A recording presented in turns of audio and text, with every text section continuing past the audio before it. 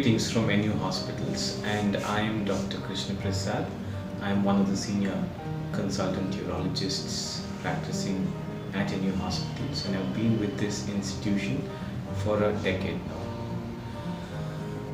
I will talk a little bit about two areas of my interest, but before that, I would want you to know a little bit about myself. I completed my super specialty training at the Institute of Kidney Diseases and Research Center at Ahmedabad, which is the largest standalone uh, urology and nephrology hospitals in India, and also has the largest living transplant program in India. And that has given me an extraordinary exposure into renal transplants, both living related as well as brain dead renal transplants. And subsequently, I have also specialized in dialysis access, what is commonly known as to the common man as a fistula, which is required for dialysis. I have attended fellowship courses across UK, the US, as well as Singapore to help understand the concept of managing these patients and the concepts which are prevalent across the world, and to bring these services to NU hospitals and indirectly to the patients who seek these services from us. So like I said, I'm going to talk now a little bit about transplants and dialysis access. And first about dialysis access. This is what is commonly known as a fistula, which is required for a patient to undergo hemodialysis, especially when the kidneys are not working. It's a small surgery. It's usually performed on the hand, usually in the lower part of the hand or maybe in the upper part of the hand. And once we open the skin, we normally join two blood vessels, the artery which brings blood to the hand and the vein which takes blood away from the hand. And by doing this, we actually increase the size of the vein. This over a period of time matures and can be used to put two needles and connect the patient to a dialysis machine, and therefore it is possible to dialyze these patients without having to place very large tubes, which are usually done if these patients turn up in an emergency.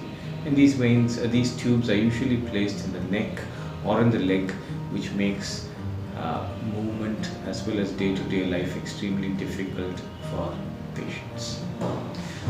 The success rate of this surgery is well over 85%.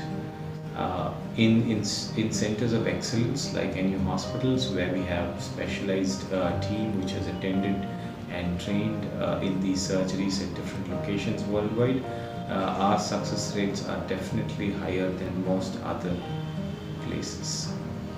And having said that, it is not just about the surgery alone. The patients are expected to come back for a follow-up, where we do a follow-up scan at around 4 weeks to assess whether the fistulas have matured well and can be used for dialysis. There are complications. There can be clots in these fistulae, there can be bleeding, but all these are manageable, and the complications rates are less than 15 to 16% in the fistulae that we create. And these complications too can be managed. It is not only creation of the fistula which needs to be addressed in these patients, but the longevity of this fistula. These patients could be on dialysis for a couple of months to a couple of years, but the fistula needs to function so that they are able to dialyze through this entire period. And complications do arise in these fistula, and at NU hospitals we are able to provide services which begin from the assessment of a patient for a fistula to the management of complications, to the management of long-term complications, and to provide novel and different types of access which suits the needs of a patient, especially when the veins which the patient normally has are no longer available to perform the simpler fistulae. Fistulas are an extension of transplants. You cannot forever be dialyzing, and this is where transplants come into picture. The kidney transplants are the commonest kinds of transplants performed across the world today, and at NU hospitals, we've been doing this for the last 20 years. I'm a part of the renal transplant team at NU hospitals. I predominantly do the donor surgery where we remove the kidney from the patient or the person who's donating the kidney. I also, due to my vast exposure during my training years, can perform all the recipient surgery too, and I do definitely do the complicated ones. Transplants per se are the way to go forward for a patient on hemodialysis. The quality of life which is provided to the patient after a transplant is far better than what he or she can sustain with just hemodialysis alone.